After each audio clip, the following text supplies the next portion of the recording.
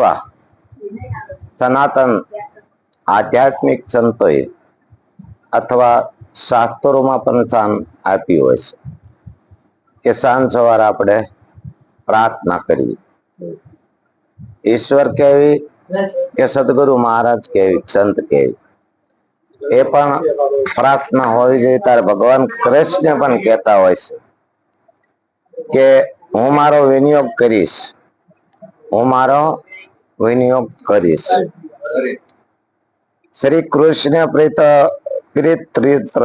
પાટે વિનિયોગ ઇતિ સકલપ, એવો હું પણ ઈશ્વરનો સંકલ્પ કરીશ અથવા મુક્તિ તરફ જવાનો પણ હું સંકલ્પ કરીશ. ત્યારે ભગવાન કૃષ્ણ પણ કહેતા હોય એમ સદગુરુ મહારાજે પણ આપણને કીધું છે કે શ્રી કૃષ્ણ પરમાત્માએ આપેલ ઉપદેશ પ્રમાણે ચાલીને તેમની કૃપા પામવા અર્થે આ ગીતા રૂપી મંત્ર માળાનો પાઠ કરવામાં મારો વિનિયોગ કરું છું. તન મનથી અને ચિત્તથી જોડાવશું એવો દઢ સંકલ્પ ન્યાસની છેવટે કરવો અને ત્યારબાદ ગીતા મંત્ર ના ઋષિ એટલે સંત, સંત એટલે સદગુરુ મહારાજ, ઋષિ અને દેવી દેવતાનું નીચે મુજબ ધ્યાન વંદન કરવું અને તે પછી જ ગીતા નો પાઠ શરૂઆત કરવો. આ ગીતાનું જ્ઞાન છે. તમને આ ઉપદેશ મને તમને પણ સદગુરુ મહારાજે આપેલો છે. તો આપણે સરળતામાં કીધું કો ઈશ્વર ભજ્ય તમને મોટું છે તુજ નામ, ગુણ તારા ને તે ગાવ થાય અમારું કામ. હેત લાવી હસાય તું સદા રાખ દિલ સાફ, ભૂલ કદી કરું તો પ્રભુ કરજો માફ. એટલે ભૂલ અજાણતા ન જાણતા માણસથી થતી હોય છે, એનો પણ દોષ હોતો નથી, એ માફ થતું હોય છે. પણ જાણી જોઈ અને આપણા ગુરુના વચનમાં આપણે ના રહીએ અને એમાં પણ સળ કપટ પર્પસ કરીએ તો આપણે એ ભૂલ માફ થતી નથી.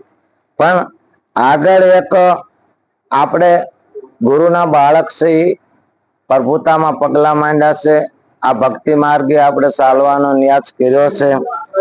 તો કીધું છે સૌનું કરજો કલ્યાણ, દયાળુ પ્રભુ સૌનું કરજો કલ્યાણ. માણસ પશુ પંખી સાથે જીવ જંતુનું તમામ પ્રભુ કરજો કલ્યાણ. જગવાસીઓ સૌ સુખ ભોગવે આનંદ આઠે પર પ્રભુ. દુનિયામાં દર્દ દુકાળ પડે નહીં અને લડે નહીં કોઈ ગામ, કોઈ વાદ વિવાદમાં લડે નહીં કોઈ ગામ. એવો એક આપણો ભાવના છે. સર્વે ઘટમાં આપણે ને ઈશ્વર દેખાડ્યા છે, જળ ચેતનમાં ઈશ્વર દેખાડ્યા છે. સર્વે જગે સુખકારી વધે ને વળી વધે ધન ધાન્ય પ્રભુ. કોઈ કોઈનું કોઈ બુરું ઈસે નહીં, સૌનું ઈસે સૌ સમાન પ્રભુ. પોત પોતાના ધર્મ પ્રમાણે સર્વેને ભજે ભગવાન. પોત પોતાના ધર્મ પ્રમાણે સર્વેને ભજવા ભગવાન. આવી જ રીતે આપણા જીવનને બનાવવા માટે આપણે સારા વિચારો નિત્ય કંઈક કરવા, ખોટા વિચારો બને ત્યાં લગી ન કરવા, ખોટી વાત બને ત્યાં લગી ન કરવી. ખોટી વાત ચાલતી હોય તો એમાં કોઈ રસ ધરાવવાનો બહુ પ્રેમ પણ કરવો નહીં. નકર હજી પ્રયાસ આપણી ઉપર ચાલુ છે. આપણી દીકરીઓ દીકરા હશે તો અહીંયા બેસીને વાત કરજો શ્રદ્ધા અને અંધશ્રદ્ધા વચ્ચે. આ બધું નકર બીજાથી જે નાના આપણા બાળકો હોય તો હમણાં તમે ઘડીક પહેલા વાત કરી કે ભાઈ અકાભાઈ ના ઘરે વવારું દીકરી ને આવું પકડાઈ ગયું અથવા એમને જે મોડે પાવી તો આપણે સમાધાન કરવાનું હતું એટલે કરવી કે આ મિશે તે મિશે. નકર આવું બધું થઈ ગયું તો એ જે પ્રયોગ ચાલુ છે અને ચાલુ રહેશે, કારણ કે એનો વિટોળિયો મોટો છે. આ વિટોળિયાનું કાંઈ આવતું નથી. એટલે એમાં બહુ ધ્યાન દેવી નહીં, એમાં બહુ હા પાડવી નહીં. શૈલીભાઈ કે આપણે કોઈ વાત ન કરાય એવું હોય તો એટલું બોલવું કે ભાઈ એમાં અમે બહુ માનતા, અમે માનવી છીએ, માતાજીને માનવી છીએ, ભગવાનને માનવી, પણ અમે અમારા ગુરુએ કીધું એમ માનવી છે. નથી માનતા એવું તો નથી. એવું પણ આપણે ખરેખર મક્કમ રહેવું, અડગ રહેવું. જેને સેવ્યા સાસા સંત જેને મળ્યા હરિ ગુરુદેવ, અડગ મન પછી કોઈ દી બહુ ડગાવવું નહીં. આપણા માટે વિપત્તિ તો કંઈક ને કંઈક આવ્યા જ રાખશે. ભજન કરો તો આવશે, નહીં કરે એ નહીં આવશે. ભજન કરે એનો દેહ વ્યો જવાનો છે, ભજન ન કરે એનો દેહ વ્યો જવાનો છે. પણ આપણે નથી જવાને એવી એક આપણને શાન આપી છે, તો ઈ શાને તો ઉભું રહેવાય ને, કે ઈ કોઈ હું જવાનો નથી, હું આવ્યો નથી, હું નથી જવાનો. તો તમે તો આટલી વાતમાં પણ સમજી જશો કે કોણ જવાનું છે ને કોણ નથી જવાનું, કોણ આવે છે ને કોણ જાય છે, એ આપણને પણ ખ્યાલ છે. તો આપણો સ્વર સદાય એવા ભાવમાં રાખો. પછી તમે ગુણ ને, ઓલા ફેરે મહારાજે કીધું તું ગુણ ગવાય છે, ગુણ ખવાય છે, અને ગુણ નો પૂજા થાય છે. તો અત્યારે આપણે બધા પૂજા જ કરી, એકબીજા સગુણ સ્વરૂપે પૂજા કરી, ગુરુ મહારાજ ની પૂજા કરી. ગુરુ મહારાજ નિરાકાર છે છતાંય આપણે પૂજા કરી, પણ કોઈને એમના ગુણ નહીં કરી. એમ એ કરતા કરતા આપણે આ વાતને નક્કી મનથી રાખવી.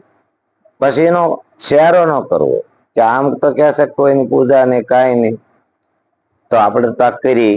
તો એ જે આપણે સમજતા માણસે ટીકા કરી છે, આપણે કરી એને કીધી કરાવરાવી આપણને ખબર, આપણે ખબર છે ગુરુએ કીધું છે કે ભાઈ તમે નમન કરો તો કોને કરો છો, પૂજો છો તો કોને પૂજો છો, એ બધી આપણને સમજ આપી છે.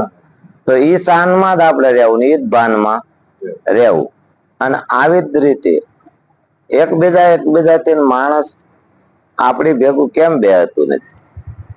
તો કઈ આપણી ભૂલ થાય છે તો આપણે પેલા આપણી ભૂલને ગોતવી કે કઈ બેહવા બોલવામાં ભૂલ થઈ જાય છે, કોઈ વાતચીત કરવામાં ભૂલ થઈ જાય છે, કોઈ વિયોગમાં ભૂલ થઈ જાય છે, તો એને ગોતી નહીં, પણ માણસ આપણે અરે બેસે એવો તમે સત્સંગનો રસ્તો વિવેકથી કાઢો.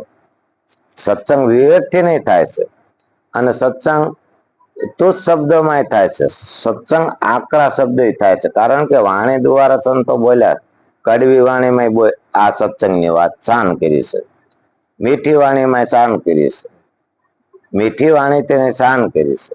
પણ કડવો શબ્દ હાસો જ હોય છે, પણ એનો ભેદ સમજાતો નથી. એટલે આપણને લાગે છે આકરું, આપણે માથે ઓઢી લેતા હોય છે કે મને કીધું, મને કીધું, મને કીધું, ઓલા સંભળાયું, ઓલા નકર એમાં કાંઈ નહીં. કડવા ભગતે વાત સાચી જ કરીશ, પણ એની વાણી બધી કડવી છે. એટલે કડવી છે પણ એને જેમ છે એમ કહી દીધું, કોઈનું બીજું માલ કરું. અને પછી પાછું એને કીધું ભાઈ આ કોને કેવી છે, કે ખરેખર આ મન નતું સમજતું, આપણું નથી સમજતું.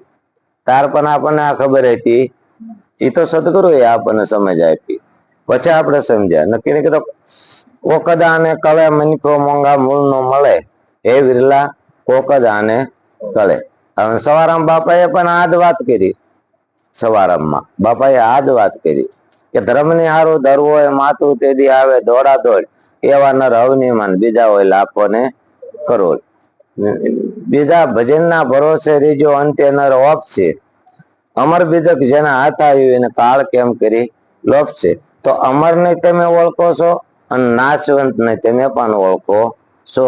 તો એની વચ્ચે તમારું ચિંતન સુરતા કાયમ રાખ્યું કે ભાઈ અમર કોણ ને નાશવંત કોણ. ગમે તાર વાત થતી હોય તો નાશવંત ની આપણે સમજી જાય કે આ શરીર આવે છે અને શરીરનો નાશ થાય છે.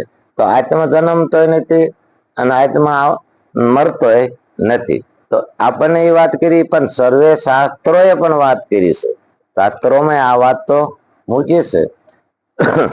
મારે ઘણું બોલવું છે, પણ છતાંય આટલો સંદેશો સંત નો છે, સદગુરુ નો છે. એટલો સંદેશો દઈને મારી વાતને હું વિરામ આપું છું. બોલો સદગુરુ મહારાજ.